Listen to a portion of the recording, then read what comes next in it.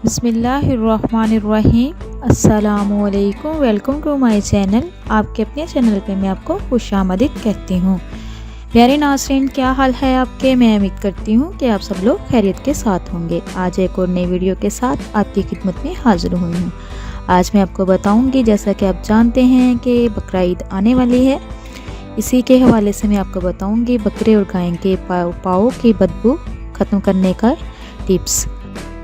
पकोड़े बनाते वक्त अगर थोड़ा सा लहसुन पीस कर बेसन में डाल दें तो जायका भी अच्छा हो जाएगा और बारीपन भी ख़त्म हो जाएगा।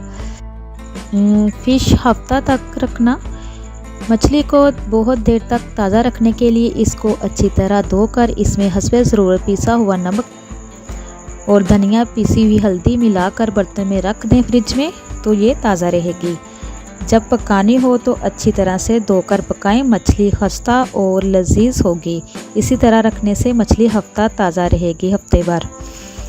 तो प्यारे नाज़रीन, टमाटर का सूप। टमाटर के सूप में 1 चम्मच पिसा हुआ पुदीना डाल दिया जाए तो जायका बेहतर होगा और सूप भी खुशबूदार रहेगा।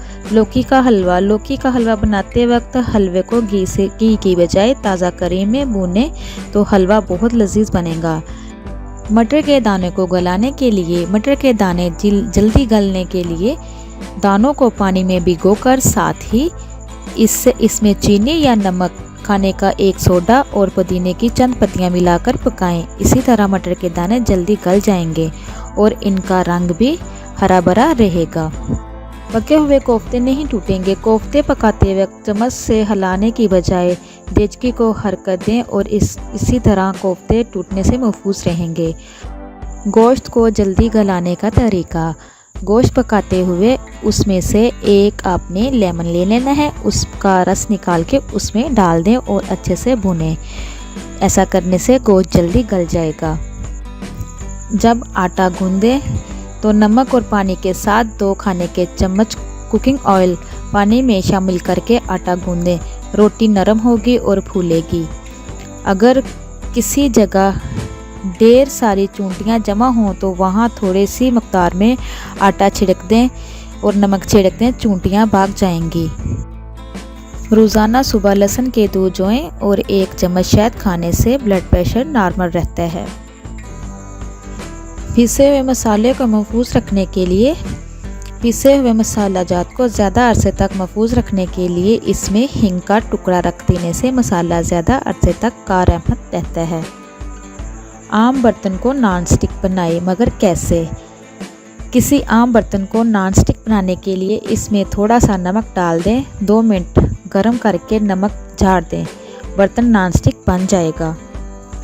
तो मेरे प्यारे नाज़रीन, जो मेरे चैनल पे नए हैं, मेरे चैनल को सब्सक्राइब कीजिए, लाइक कीजिए, शेयर कीजिए और जल्दी से बेल आइकन को ऑन कीजिए। वो इसलिए कि मेरी हर नई आने वाली वीडियो आप तक मुयस्सर हो सके। तो प्यारे नाज़रीन, पाँव की बदबू कैसे ख़त्म की जाए? अक्सर लोग पाए की बदबू की वजह से इसे पकाने से कतराते हैं। अगर पाए पकाते वक्त इसमें थोड़ा सा सफ़ेद ज़ीरा, दालचीनी और लौंग डाल दी जाए तो घर में नागवार महक नहीं आएगी और पाए भी मज़ेदार बनेंगे। पकाने से पहले इसको जब आप वॉश करें तो इसमें थोड़ा सा लेमन का जूस और थोड़ा सा दालचीनी का पाउडर दोनों को मिलाकर इन पे लगा दें और वॉश कर लें तो स्मेल बिल्कुल भी नहीं आएगी, ख़त्म हो जाएगी।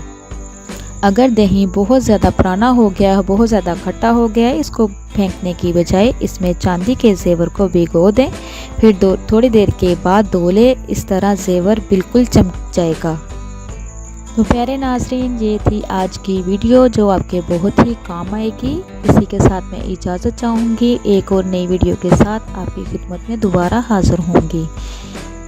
अब तक के लिए इतना ही। अल्लाह हाफिज़।